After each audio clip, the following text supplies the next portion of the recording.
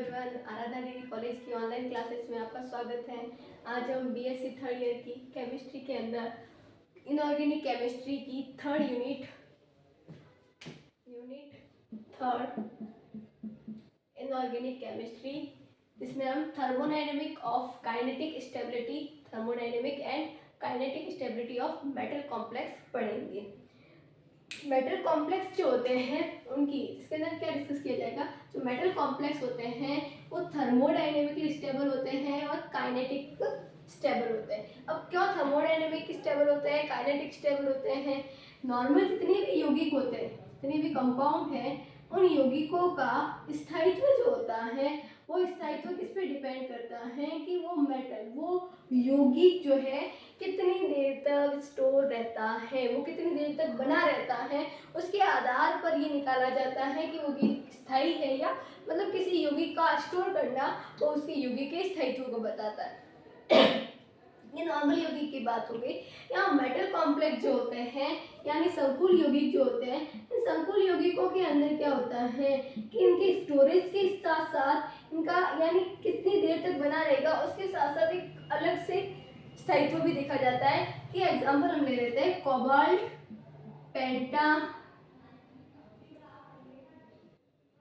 पेंटाएमिन cobaltate. अब ये पेंटाएमिन cobaltate जो होता है ये अस्थायी होता है। अस्थायी का मतलब ये नॉर्मल टेम्परेचर पे ही कोबाल्ट और लिगेंड यानी NH3 में ब्रेक हो जाता है। रिएक्शन करके किसमें ब्रेक हो जाता है? मेटल आयन और लिगेंड के अंदर वियोजित हो जाता है। तो इसका मतलब ये क्या है? अस्थायी है। पर अगर इसको अम्लीय विलयन में यानी HCl के अंदर डाला जाता है तो ये कोबाल्ट और NH3 में वियोजित नहीं होता है और आगे विक्रिया नहीं होती है और ये ऐसे का ऐसा बना रहता है। तो इसका मतलब क्या हुआ? संकुल यौगिक है तो अस्थायी। ये कैसा संकुल यौगिक है? जो अस्थायी है। पर आप जैसे ही आपने इसके अंदर HCl के अंदर डाल दिया, एक अम्लीय विलयन में डाल दिया, तो अम्लीय विलयन में ये क्या है? अक्रिय हो गया।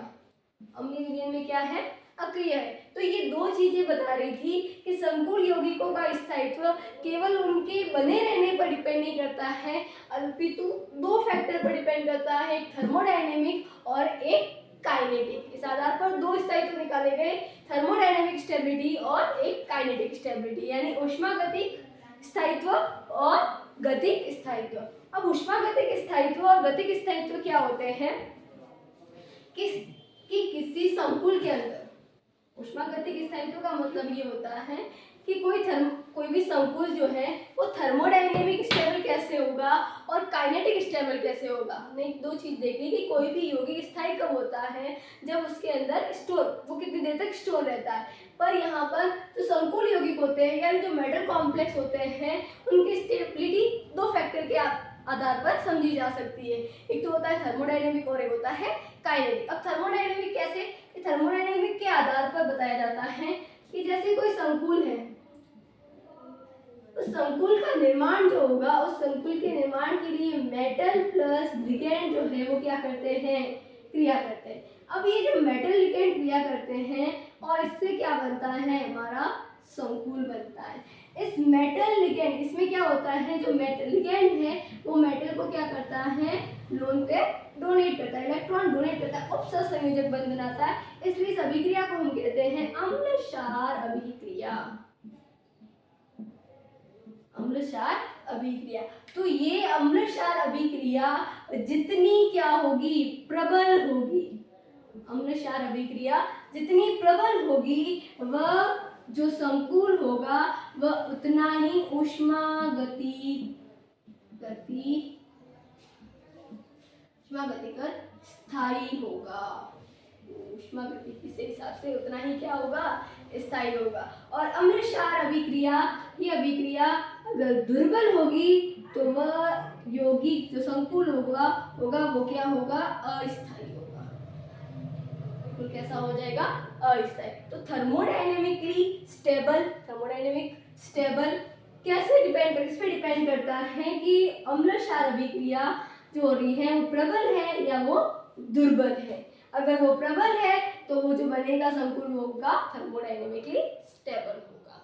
तो इसके अंदर दूसरा हम देखते हैं कि थर्मोडायनेमिक स्टेबल के अंदर क्या देखा जाता है कि ये जो अभिकारक है वो किसमें कन्वर्ट हो रहे हैं, उत्पाद में। तो उत्पाद के बीच में क्या बन रहा है, बंध। अब ये जो बंध है, ये बंध क्या होगा, किस पे डिपेंड करेगा, बंध ऊर्जा पे। और थर्मोडायनेमिक स्टेबिलिटी बंध ऊर्जा पे भी डिपेंड करती है। यानी किसी यौगिक के अंदर बंध ऊर्जा का मान जितना कम होगा उसकी थर्मोडायनेमिक स्टेबिलिटी उतनी ही ज्यादा होगी।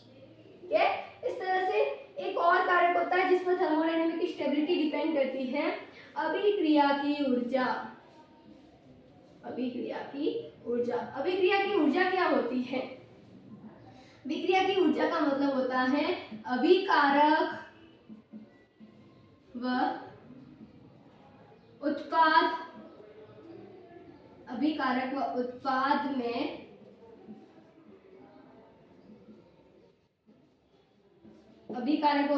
में ऊर्जा का अंतर। यानी अभी उत्पाद की ऊर्जा और अभिकारक की ऊर्जा का जो अंतर होता है डेल्टा एच जो हम निकालते हैं वो होती है अभिक्रिया की ऊर्जा। और ये अभिक्रिया की ऊर्जा जो होती है इसके अंदर डेल्टा एच का मान जितना नेगेटिव होगा, जो संकुल होगा, वो थर्मोडायनेमिकली क्या होगा, उतना ही स्टेबल होगा। कैसे नेगेटिव, यानी उत्पाद की ऊर्जा अभिकारक की ऊर्जा से क्या होगी, कम होगी। जितनी अभिक्रिया की ऊर्जा यानी ऊष्मागतिकी स्थायित्व किस पे डिपेंड करता है, अभिक्रिया की ऊर्जा पे डिपेंड करता है, बंध ऊर्जा पे डिपेंड करता है, दूसरा अभिक्रिया की ऊर्जा पे डिपेंड करता है। और अभिक्रिया की ऊर्जा क्या होती है, उत्पाद की ऊर्जा और अभिकारक की ऊर्जा का डिफरेंस। तो उत्पाद की ऊर्जा और अभिकारक यानी अभिक्रिया की ऊर्जा का जो डिफरेंस है वो कितना आना चाहिए, नेगेटिव। डेल्टा एच की अगर वैल्यू नेगेटिव है तो वो ऊष्मागतिकी रूप से वो क्या हो जाएगा, स्थायी होगा, थर्मोडायनेमिकली स्टेबल होगा। इसका रीजन ये है कि उत्पाद की ऊर्जा क्या होगी, इसके अंदर डेल्टा एच नेगेटिव कब होगा, जब उत्पाद की ऊर्जा क्या होगी, कम होगी, और अभिकारक की उत्पाद ऊर्जा क्या होगी, ज्यादा होगी। और उत्पाद की ऊर्जा कम होगी, और जितनी ज्यादा कम ऊर्जा उतना ही स्थायित्व अधिक। हमने पढ़ा हुआ है कि कोई भी यौगिक जिसकी ऊर्जा ज्यादा होती है उसका स्थायित्व उतना ही क्या होता है, कम होता है, और जिसका ऊर्जा जितनी कम होती है उसका स्थायित्व उतना ही अधिक होता है। तो उत्पाद का ऊर्जा जब कम होगी तो वो उतना ही क्या होगा, स्थायी होगा। और ये स्थायित्व जो है वो कौन सा स्थायित्व बताता है, संकुल का ऊष्मागतिकी स्थायित्व। ठीक है, तो इस तरह से जो थर्मोडायनेमिक स्टेबिलिटी है वो किस पे डिपेंड करती है, बंध ऊर्जा और अभिक्रिया की ऊर्जा। अभिक्रिया की ऊर्जा का मतलब होता है डेल्टा एच क्या होना चाहिए, नेगेटिव।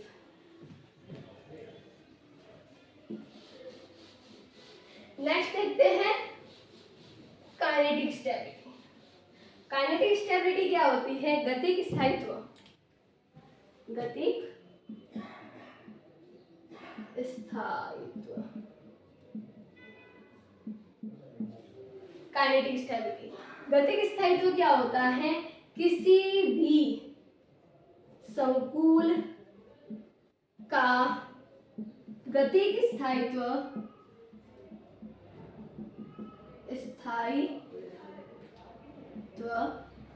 किसी भी संकुल का गतिक स्थायित्व उस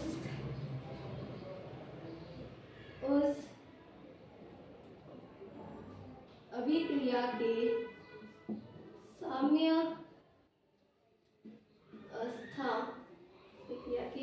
साम्य अवस्था में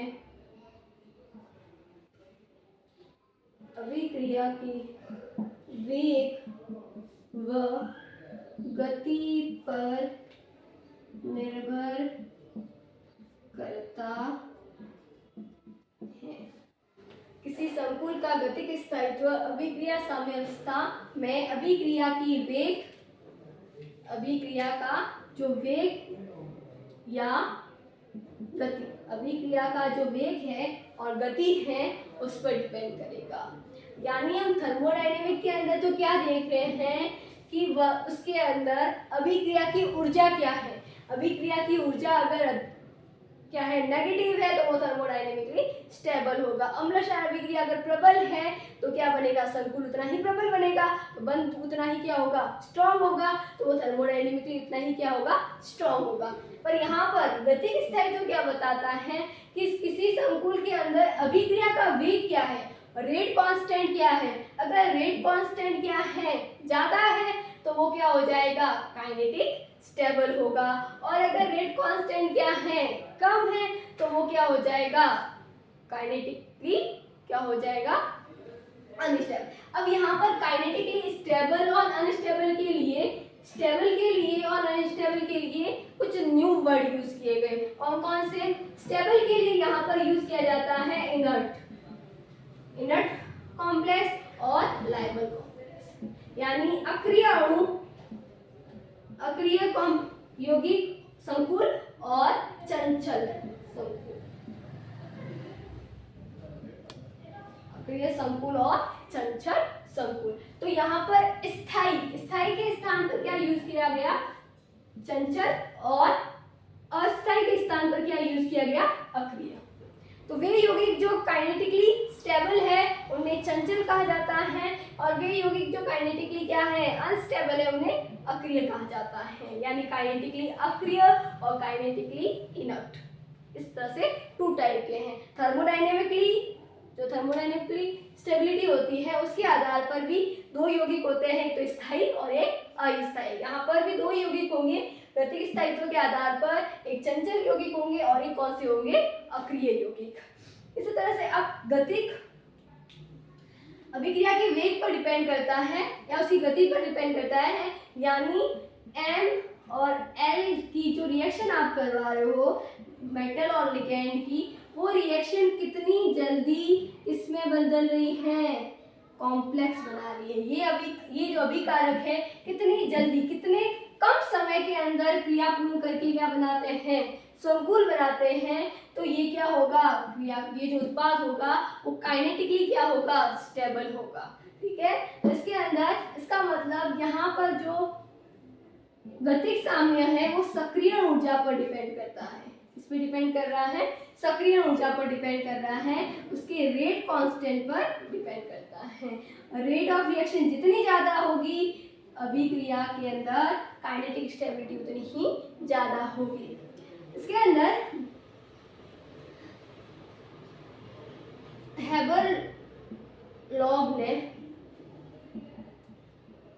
हेबरलॉब ने कहा कि वे यौगिक, वे संकुल जिनका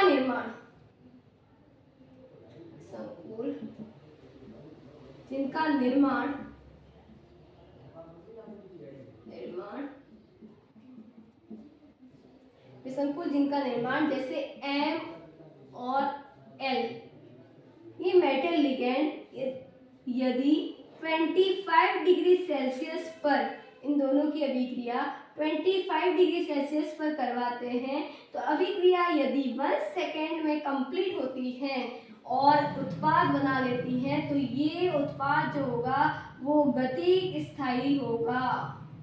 ये उत्पाद कैसा होगा, यानी हम कह सकते हैं ये उत्पाद कैसा होगा, चंचल होगा।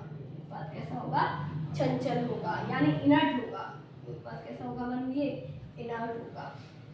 और यदि ये अभिक्रिया metal ligand reaction 25 degree Celsius temperature पर 1 मिनट में कंप्लीट होती है, यानी 1 मिनट के बाद वो क्या बनाता है, मेटल संकुल बनाता है। धीरे धीरे धीमी गति से अभिक्रिया होती है, हमने कहा ना गति पर डिपेंड, धीमी गति से अभिक्रिया होती है, तो वो जो होगा उत्पाद वो क्या होगा, अक्रिय होगा। उत्पाद कैसा होगा, अक्रिय होगा। तो अब यहाँ पर उत्पाद अक्रिय है या उत्पाद कैसा है, चंचल है, वो उसकी चंचलता सक्रिय ऊर्जा और रेट ऑफ रिएक्शन पर डिपेंड करेगी। यानी उत्पाद की अगर सक्रिय ऊर्जा जो है जितनी अधिक होगी, अभिक्रिया उतनी ही धीमी गति से होगी। ठीक है, सक्रिय ऊर्जा जितनी अधिक होगी, अभिक्रिया क्या होगी, उतनी ही धीमी गति से संपन्न होती है। ठीक है, इस तरह से गतिक स्थायित्व और थर्मोडायनेमिक स्टेबिलिटी हमारे क्या होती है, कंप्लीट। अब थर्मोडायनेमिक, नेक्स्ट ये है कि थर्मोडायनेमिक स्टेबिलिटी और काइनेटिक स्टेबिलिटी। अगर कोई अणु, इसके लिए ये कहा गया कोई यौगिक यदि, यौगिक के लिए नहीं, हम यहाँ संकुल की बात करेंगे कि कोई संकुल यदि थर्मोडायनेमिक मतलब यदि उष्मागतिक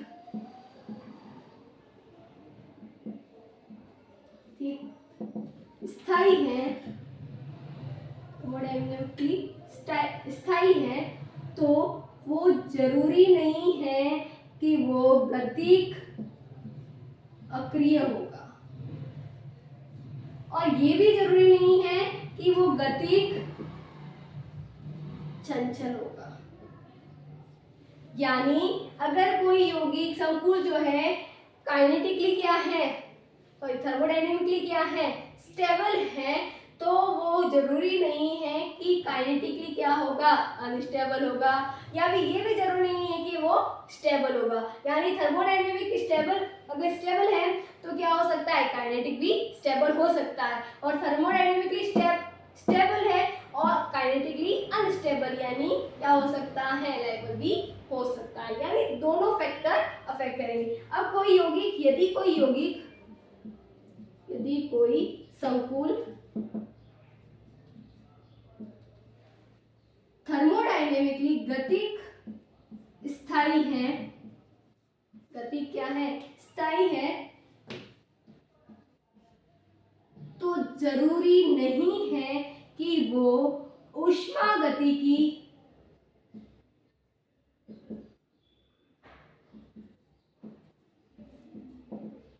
अस्थायी हो या स्थायी हो।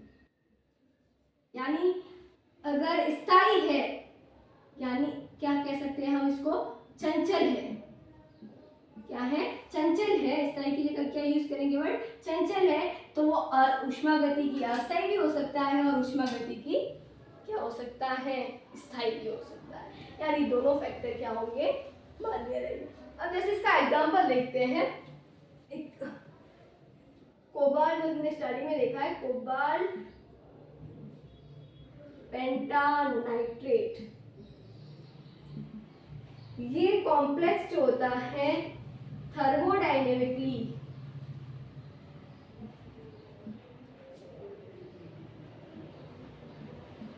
ये अनस्टेबल है, जबकि एसिड में या अम्ल में, एसिड सॉल्यूशन के अंदर ये क्या हो जाता है, अक्रिय होता है। एसिड के अंदर क्या होता है, ये अक्रिय होता है, इसका मतलब ये क्या हो गया, काइनेटिक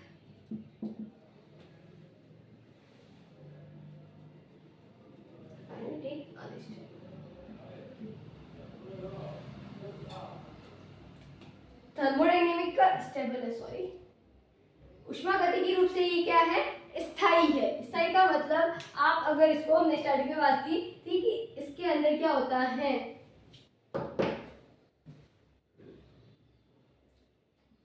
स्टेबल है कि आप रूम टेम्परेचर पर इसको रखोगे तो ये कोबाल्ट +2 और NH3 के अंदर क्या हो जाता है, टूट जाता है, तो ये अनस्टेबल है, क्या हो जाता है, टूट जाता है, यानी ये अनस्टेबल है। जबकि आप क्या करोगे, इसको एसिड के अंदर रखोगे, अम्ल के अंदर रखोगे, तो ये क्या हो जाएगा, अक्रिय होगा, ये क्या करेगा, अक्रिय होगा, ये आगे ब्रेक नहीं होता है, यानी काइनेटिक से क्या है, काइनेटिकली क्या है, स्टेबल है, काइनेटिकली क्या है, स्टेबल है, और थर्मोडायनेमिकली क्या है, अनस्टेबल है। इसी तरह से, यानी इसका मतलब क्या हुआ कि ये थर्मोडायनेमिकली तो अनस्टेबल है, पर काइनेटिकली क्या है, स्टेबल है, तो जरूरी नहीं है कि दोनों स्थायी हो, ये स्थायी है तो ये भी इस फॉर्म में भी क्या होगा, स्थायी, और ये भी नहीं है कि ये अस्थायी है तो यहाँ पर भी क्या हो, अस्थायी, यानी स्थायी, अगर ये अस्थायी है तो ये स्टेबल भी हो सकता है, जैसे पेंटाएमीन कोबाल्टेट। नेक्स्ट एक एग्जांपल देखते हैं, जैसे निकल हेक्सा टेट्रासाइनो निक्लेट जो होता है, टेट्रासाइनो निक्लेट जो होता है, ये थर्मोडायनेमिकली अनस्टेबल, उष्मागतिकी स्थायी होता है। क्या होता है? स्थायी होता है। और ये इसकी अभिक्रिया साइनाइड 14 के साथ करवाते हैं सिल की उपस्थिति में, तो ये इसके साथ रिएक्शन करके क्या बना लेता है? निकल साइनाइड।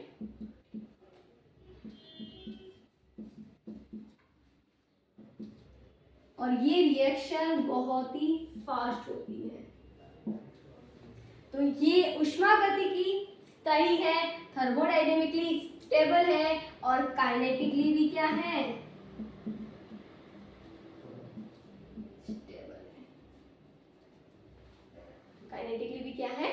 स्टेबल है। तो इसका मतलब क्या हुआ कि जरूरी नहीं है कि दो यौगिक अगर अस्थायी है तो वो थर्मोडायनेमिकली भी अस्थायी होगा और काइनेटिकली भी अनस्टेबल होगा, और ये भी जरूरी नहीं है कि थर्मोडायनेमिकली अनस्टेबल है तो काइनेटिकली भी क्या होगा? अनस्टेबल होगा। ठीक है, तो दोनों फैक्टर है, यानी स्टेबल थर्मोडायनेमिकली स्टेबल है तो काइनेटिकली स्टेबल भी हो सकता है, और थर्मोडायनेमिकली अनस्टेबल है तो भी काइनेटिक भी अनस्टेबल हो सकता है। ठीक है, तो दोनों फैक्टर, दोनों चीजें काम करती है। नेक्स्ट है हमारा thermodynamic stability of metal complex. Thermodynamic stability of metal complexes, ये हम नेक्स्ट क्लास में देखेंगे। Thank you.